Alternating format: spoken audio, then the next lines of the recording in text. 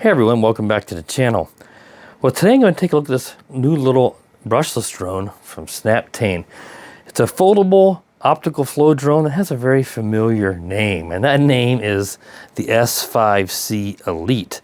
Now, about 6-7 years ago on my channel, I reviewed the original S5C, and that has over 250,000 views. Very, very popular drone. That was a brush drone, didn't have any kind of position hold, and it was kind of in that DJI Phantom style more. It wasn't foldable. It was a more basic drone back then, but very popular, still gets good views up to this day. So it's no wonder Snaptain decided to go with the S5C name and just add Elite to it, since they kind of have a professional, they would call it a pro version, I guess, of this drone. So let's take a closer look at the drone. Now, like I said, it's brushless. Has an optical flow camera here on the bottom, so it doesn't have GPS, so it's not going to hold position real well. But if you're relatively low to the ground, it will use this downward facing camera to kind of keep whatever it's looking at in the frame of view, so it'll hold position somewhat good. Here's your Wi-Fi antenna, so it's just going to connect by Wi-Fi to your phone for your FPV feed. It does have a micro SD card slot, which is sort of unique. You don't always see that anymore on these drones like this unless they're GPS. But I have a 64 gig card in here, and you can record straight to the SD card, so you don't have to worry about just recording the Wi-Fi feed, which can lose frames, and it's just not ideal. This, you're going to make sure everything you record, all of the photos you take, are saved on the SD card. And I tested, the video was 1080p at 25 frames per second, which isn't too bad. The camera is also motorized, so I'll show you the controller of the controls here. You can actually rotate it up and down, but there is no stabilization. There's no gimbal. There's no electronic image stabilization. So the video is going to be, it's going to wobble a lot. But hopefully there's not jello wobble, where you have that wavy look to it. It's just going to be a little bit, it's going to move around a lot as the drone moves around. So it'd probably be a drone where it's going to be probably more ideal for just taking photos. So again, you got brushless motors and you got optical flow. And those two things are pretty decent. It's got some pretty cool lights, you'll see, and it has a few white lights here in the front as well when you fire up the drone. Now this comes with 2 LiPo batteries. They are just 1S or 1 cell. I've got one of them that's charged up in the drone, and then here is the spare. And I think these are like 1200 milliamp hour. It's very small writing here. But yeah, 1200 milliamp hour, just a 1S, 1 cell battery. You have a USB-C charging port. The battery does decide, it does control the cutoff, so you don't have to use a special charging cable. You can use any USB-C cable that's charging, a USB-C cable that has the ability to charge. And the little light will shine on here and turn off when it's done, so it will turn off the charging of the battery. But they do give you a USB-C cable for that as well.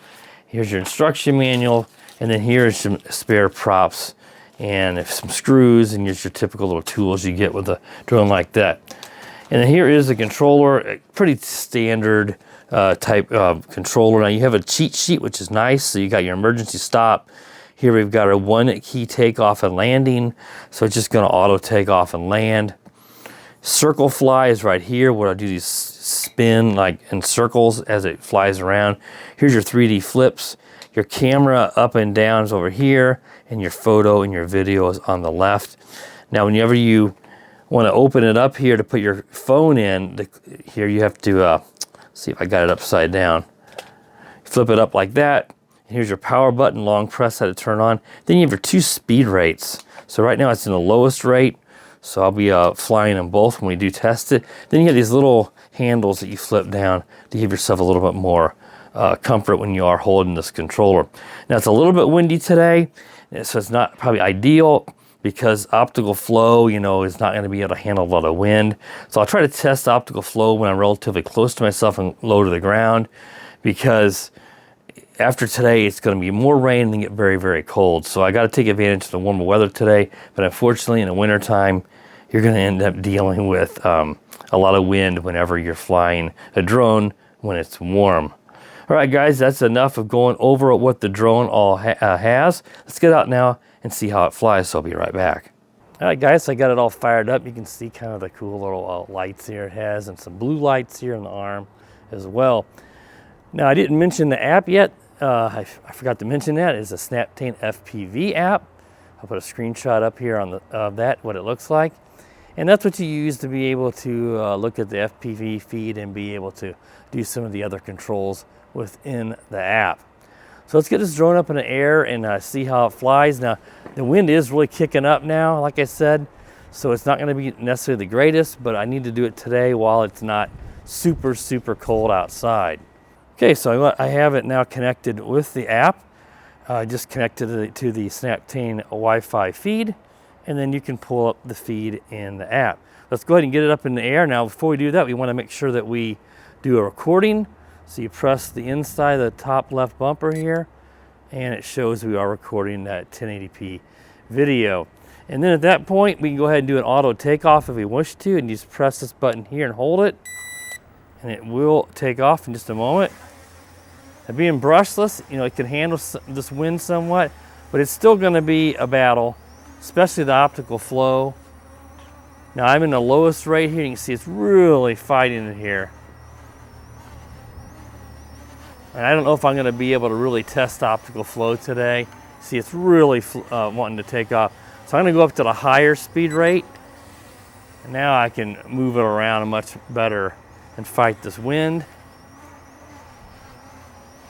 But it's trying to hold position. I just don't want it to flow in my face here. I was going to try to put my hand underneath it.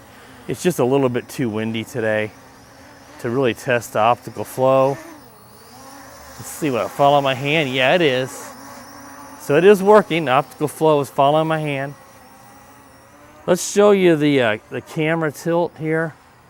Just turn it around and move it forward. And just tilt the camera down. Just in my PJs. It's actually holding position pretty decent. That's about the right height you want to be. You can tilt the camera back up now.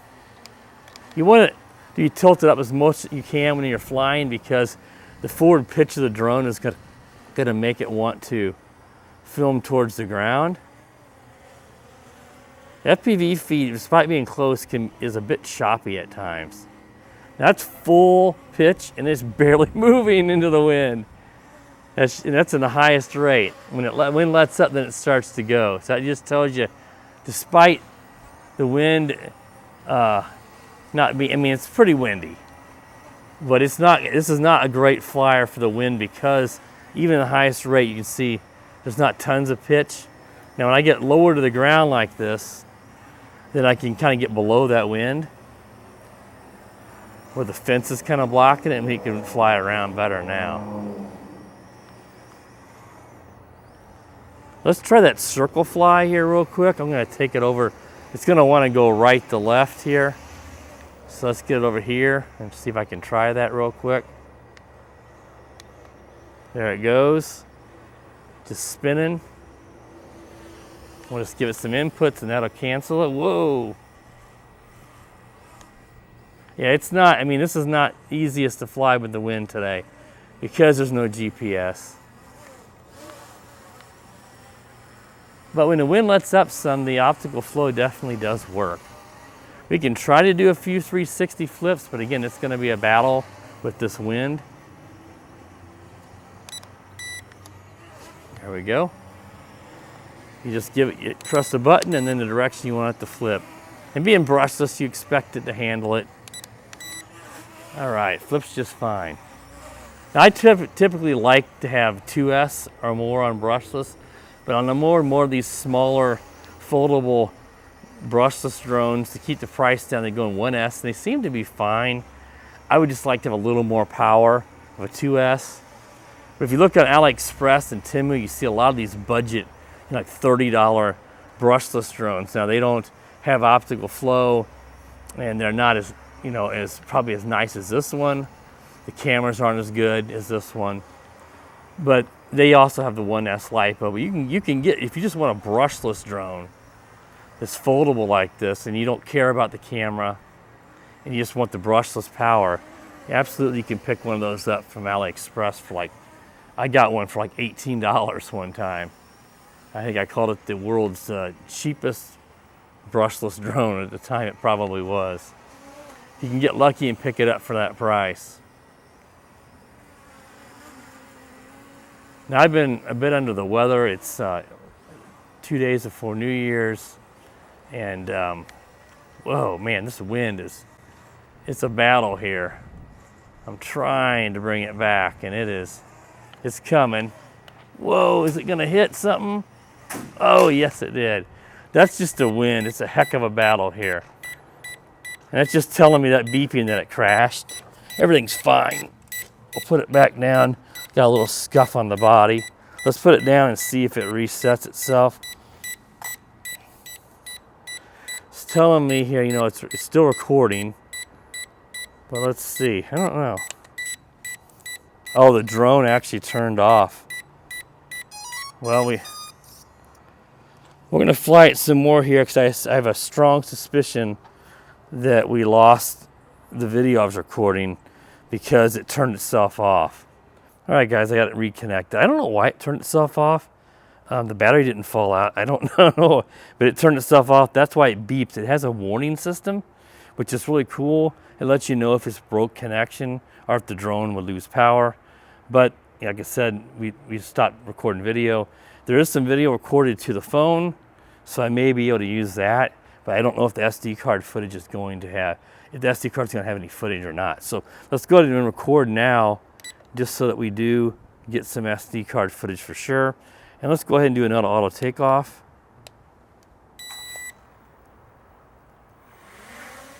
I mean, it's a nice flyer. It's just that these brushless drones are, even brushless is going to struggle in this wind, especially as I mentioned on 1S. It's going to have a little less power, but a lot of it's just the weight of the drone. This drone's very lightweight. Very, very small.